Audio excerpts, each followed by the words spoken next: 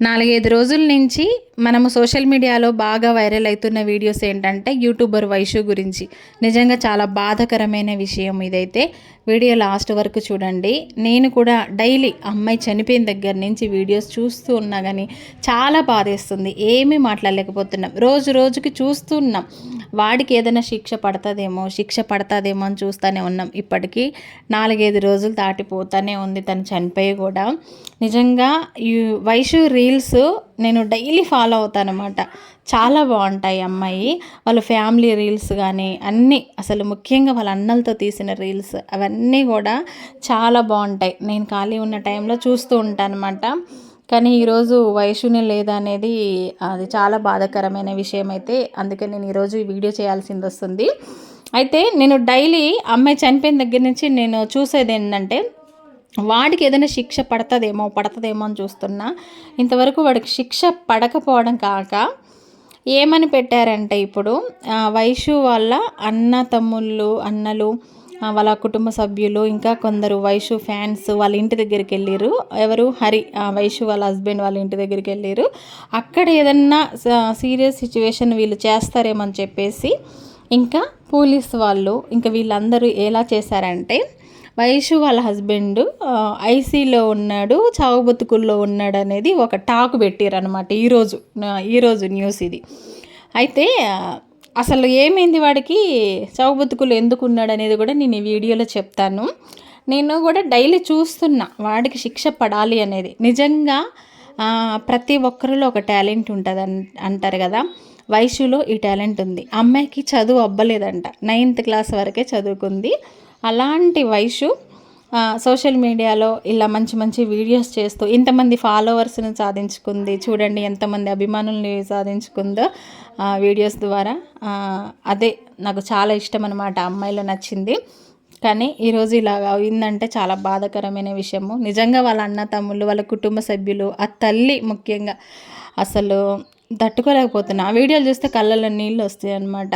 ఈరోజు వాళ్ళ అన్న వదిన వెళ్ళి అమ్మాయి సమాధి దగ్గరికి వాళ్ళు అన్నీ అనుకుంటూ ఏడుస్తుంటే కళ్ళల్లో నీళ్ళు ఆగట్లే. రీల్స్ చూస్తుంటే, నా వీడియోస్ చూస్తుంటే నాకైతే చాలా బాధాకరంగా ఉంది. మరి ఇంతకు ఇప్పుడు వైషు చనిపోయి 4, 5 రోజులు అవుతుంది. వాడికి ఏం శిక్ష పడ్డది? వాడు ఐసీలో ఉన్నాడంట, చావు బతుకుల్లో.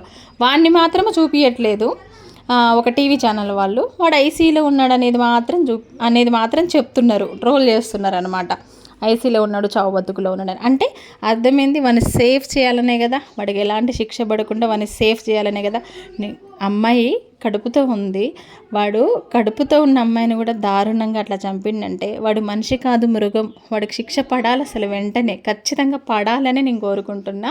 పడుతుందేమో అని కూడా డైలీ చూస్తూ ఉన్నా, కానీ వాడిని తప్పించే ప్రయత్నం చేస్తున్నా అనేది ఈరోజు నాకు అర్థమైందనమాట. వాడు ఎందుకు ఐసీలో ఉన్నాడు, వాడు చావు బతుకుల్లో ఉన్నాడని చెప్తున్నారు. వాడికి పెద్ద రోగం ఏదొచ్చింది అనుకుంటున్నారు? ఏం లేదు, వాడికి జస్ట్ లూజ్ మోషన్స్, వామిటింగ్స్ అవుతున్నాయంట. దానికే వాడిని ఐసీలో పెట్టారంట, చావు బతుకుల్లో ఉన్నాడంట. ఇది టాక్ వెళ్ళిందనమాట. ఒక టీవీ ఛానల్ వాళ్ళు ఇట్లా క్రియేట్ చేసారనమాట. వాడిని సేఫ్ చేయాలని చూస్తున్నారు కదా వాడిని.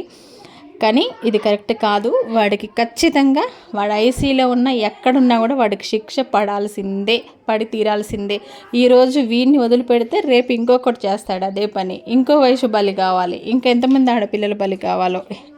నిజంగా పోలీసులతోని కాకపోతే వాళ్ళ కుటుంబ సభ్యులకు అప్పచెప్పాలి వాడిని ఖచ్చితంగా. వాళ్ళైతే ఖచ్చితంగా ప్రాణానికి ప్రాణం బలి తీసుకుంటారు. ఖచ్చితంగా ఆ అమ్మాయి ఆత్మకు శాంతి జరగాలి అంటే వాడు చావాల్సిందే.